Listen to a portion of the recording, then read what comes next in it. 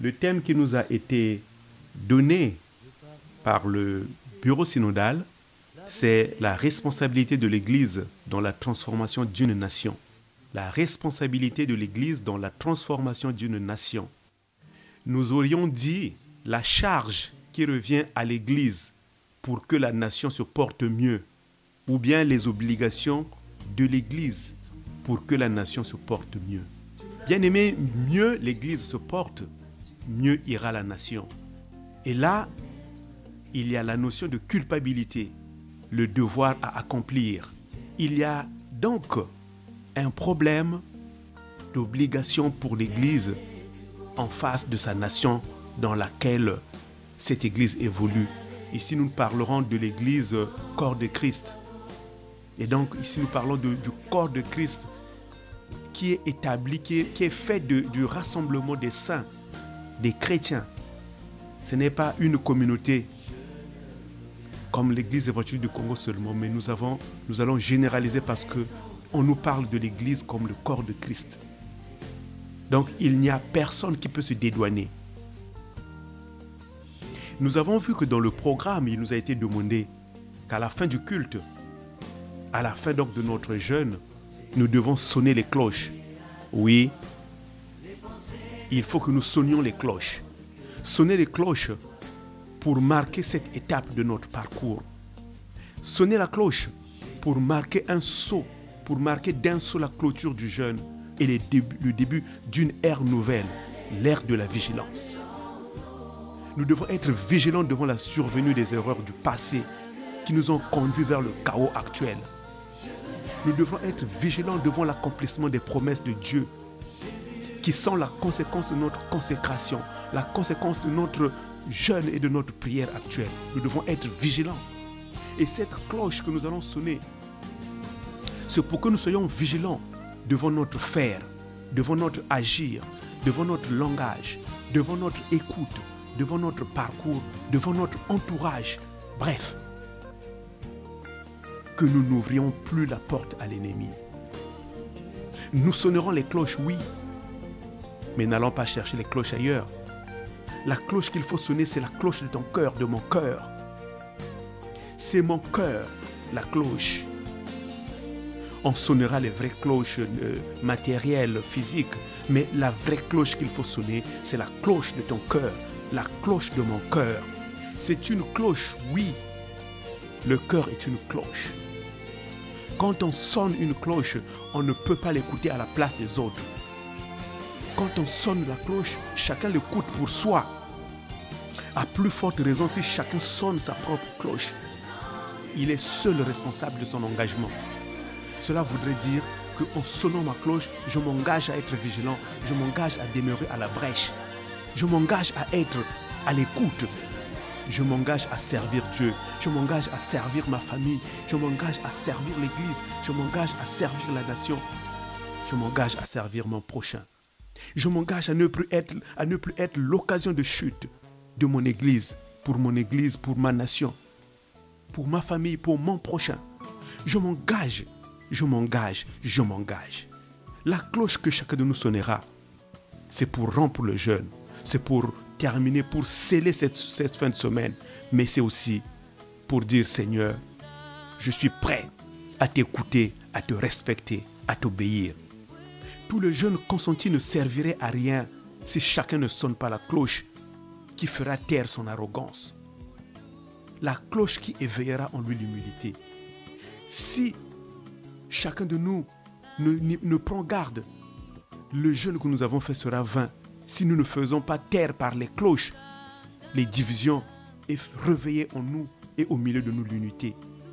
Nous aurions jeûné et prié pendant longtemps pour rien si nous ne prenons pas garde à la cloche que nous sonnerons, qui va nous interpeller pour nous dire, pour marquer la fin du règne du diable et proclamer la domination de Dieu sur la nation congolaise et sur l'Église de Dieu. Est-ce que nous sommes disposés à sonner cette cloche? Notre cœur est-il prêt à distinguer qui est notre ennemi à la place de le confondre avec le prochain? Peuple de Dieu, lève-toi et sois prêt à saisir l'étendard de la majesté de Jésus-Christ. C'est Dieu qui est le chef de l'Église. L'église n'appartient pas au pasteur. Ça appartient ni au pasteur, ni au prêtre, encore moins au diacre, même pas aux laïcs. L'église n'appartient pas aux chrétiens. L'église n'appartient pas aux hommes. L'église appartient à Dieu. Soyons donc disciplinés car nous ne sommes pas les gestionnaires, nous ne sommes que des gestionnaires. Nous devons rendre compte au patron de l'église. Tout autant la nation congolaise est sous le contrôle de Dieu. Le psaume 73 nous l'a dit. J'étais stupide. Au verset 22, on a dit, j'étais stupide et sans intelligence. J'étais à ton égard comme les bêtes. Car voici ceux qui s'éloignent de toi périssent. Tu anéantis tous ceux qui te sont infidèles. Pour moi, m'approcher de Dieu, c'est mon bien. Je place mon refuge dans le Seigneur, l'Éternel, afin de raconter toutes tes œuvres. Bien-aimé, la stupidité ou le manque d'intelligence, le manque de jugement, la sottise, la bêtise, le manque de discernement, le manque de révélation, le manque de frein, le manque de vision, l'aveuglement spirituel. C'est ça le mal qui a miné ou qui mine notre Église, qui mine notre pays, notre nation. Le mal qui mine l'Église, le corps de Christ. Le mal qui me mine moi, qui te mine toi, qui mine Salah Sambila, qui mine l'Église évangélique du Congo, qui mine toutes les églises, qui mine tous les chrétiens, qui mine la nation congolaise. C'est la stupidité. C'est le manque de jugement. C'est l'aveuglement spirituel. En résumé, c'est ce qui touche profondément tant l'Église que la nation congolaise. Nous sommes redevenus bruts, sans repère, sans avenir. Désormais, nous sommes sans cœur. Plus rien ne peut nous distinguer, ne peut distinguer le chrétien du païen. La similitude est tellement qu'on est confus. Le chrétien manipule le mensonge à un point où on se croirait au cinéma ou au théâtre, comme si chacun de nous jouait un rôle. Les chrétiens jonglent avec les versets bibliques. Ils te blessent en appuyant son action par un verset biblique, simplement pour se protéger derrière la Bible. Bon, c'est vrai, la Bible est une épée. La parole est une épée à double tranchant. Voilà qu'elle est malmenée à des fins malsaines. Le jour que le chrétien vient te consoler, il vient te consoler par un verset biblique. Le jour qu'il te blesse, il te blesse par un verset biblique. Où est passé le cœur? Colossiens 3, 23 à 25 nous dit ceci. Tout ce que vous faites, faites-le de bon cœur, comme pour le Seigneur et non pour des hommes, sachant que vous recevrez du Seigneur l'héritage pour récompense. Servez Christ le Seigneur. Car celui qui agit injustement recevra selon son injustice, et il n'y a point d'acception pour personne. Mais depuis quelques années, nous récoltons déjà ce que nous avons sémé. Dieu n'a pas permis que les futures générations viennent souffrir de ce que nous avons sémé. Il nous le fait vivre à nous-mêmes, ce que nous avons semé. Voilà, nous on pensait que ce que nous sommes en train de faire, ce sont nos enfants. Nous on va passer, nous ne verrons pas les conséquences. Ce sont nos enfants qui vont subir ça. Nous on ne sera plus là. Ils n'ont qu'à se débrouiller. Non, le Seigneur nous le fait vivre à nous-mêmes. Notre cœur a été relégué au second plan. Désormais, ce sont nos pensées qui dirigent le cœur. Désormais, ce sont nos envies qui conduisent notre cœur. C'est l'Église qui dicte la loi au Saint-Esprit désormais. Et au Saint-Esprit de suivre l'Église. Nous commandons Dieu, que Dieu puisse faire notre volonté. Église de Dieu. C'est finalement l'Église qui est le propriétaire de Dieu. Nous prenons maintenant Dieu comme un chien qu'on peut malmener, qu'on peut amener partout. À lui de nous suivre. Bien-aimé, c'est ça la pensée que le diable avait eue, qui avait causé, qui avait précipité sa chute. Quiconque veut dominer, Dieu subit la chute. Quiconque veut se lever au-dessus de Dieu, il subit la chute. Satan avait été précipité comme un vulgaire éclair parce qu'il voulait prendre la place de Dieu, son créateur. Aucune créature ne peut se prévaloir, prendre la place de son créateur. Cette imposture est impossible. Elle n'est jamais acceptée par aucun créateur. Il te frappera. Et voilà que nous sommes frappés. Rappelez-vous de la tour de Babel.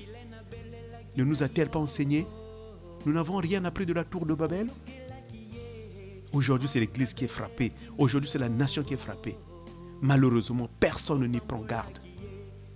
C'est là le centre de notre thème, la responsabilité de l'Église. L'Église ressemble maintenant à un repère, une cachette de voleurs, une cachette des violeurs, une cachette des criminels, des sorciers, des féticheurs, des francs-maçons, des autres rosicruciens et tout ce que nous savons. C'est devenu une caverne des truands, l'Église. Quand on prêche sur ces sujets, si quelqu'un vient prêcher sur ces sujets, on t'appelle à côté, on te dit clairement, fiston, attention à tes messages. Ne profite pas de monter en chair pour dire du tout et de n'importe quoi. On te le dit. Aujourd'hui, l'Église s'étonne de ses déboires. Mais nous avons la mémoire courte, Église de Dieu. Bien-aimé peuple de Dieu. Est-ce que vous vous rappelez depuis quand dans une église, un prophète s'est levé pour dire l'Éternel dit, oracle de l'Éternel, voici ce que dit l'Éternel. Vous vous rappelez depuis quand? Mais il y a très longtemps, ça a été supprimé. Mais nous avons supprimé le don prophétique. Nous nous rappelons que c'est ce don-là qui nous aidait à ne pas faire des bêtises. L'Éternel nous prévenait toujours de la survenue des catastrophes. Les gens ont trouvé des raisons fallacieuses comme quoi il ne faut pas prophétiser car la prophétie détruit les familles, la prophétie doit être éprouvée car il y a trop de dégâts dans l'église. Ils ont réussi à détruire le don prophétique. Ils ont rendu au silence ceux qui avaient les yeux pour voir, les oreilles pour entendre les oracles de Dieu. Aujourd'hui, il n'y a plus de vision. Il n'y a plus d'avertissement devant les catastrophes. En finalité, le peuple périt. Le peuple est dans le péché, dans l'obscurité. Qui doit alors éclairer la nation? Où est la lampe? Où est notre lampe? Où est notre lumière? Et si la prophétie était notre lumière, que sommes-nous devenus maintenant? Nous n'avons plus de saveur, nous n'avons plus de sel. La Bible dit, quand le sel perd sa saveur, il ne reste plus qu'à être foulé aux pieds, à être jeté dans la poubelle. Il y a même des païens qui sont surpris de savoir que tel frère, telle sœur est chrétien. Parce que nous n'avons pas de saveur devant eux. Si nous travaillons devant les voleurs depuis un an, et ces gens volent toujours, c'est que nous volons avec eux. Notre efficacité est perdue, notre lumière est éteinte. Si nous prions avec des frères, des personnes, des sœurs qui sont insolents, qui sont méchants depuis des années et le sont toujours, si ces personnes sont à l'aise avec nous, c'est que nous leur ressemblons. Si le Congo est devenu tel qu'il est, si l'Église est devenue telle qu'elle est, à 90% c'est notre responsabilité, nous les chrétiens. Parce que le Congo compte plus de 90% de chrétiens. Et que Dieu de l'Église, l'Église ce ne sont que des chrétiens. Mais l'Église est maintenant pire que les païens. C'est qu'il y en a qui ne font pas leur boulot de vigile. Il y a des gens qui ne font pas, qui ne sont pas à la brèche. Le coupable de la chute du niveau de vie du Congo, c'est l'Église. C'est moi, c'est toi, c'est nous. Il est temps de se réveiller. Passons de l'autre bord. Acceptons notre échec depuis la cellule familiale. Nous les parents, nous avons échoué dans la transmission des valeurs morales à notre progéniture. Nous sommes démissionnaires. Nous avons baissé les bras dans la prière de famille. Nous avons baissé les bras dans les méditations de famille, dans le suivi des âmes. Nous n'impactons pas comme il se doit. Nous sommes peu crédibles. Nous reculons devant nos enfants. Comme quoi, il y a la liberté. Comme quoi,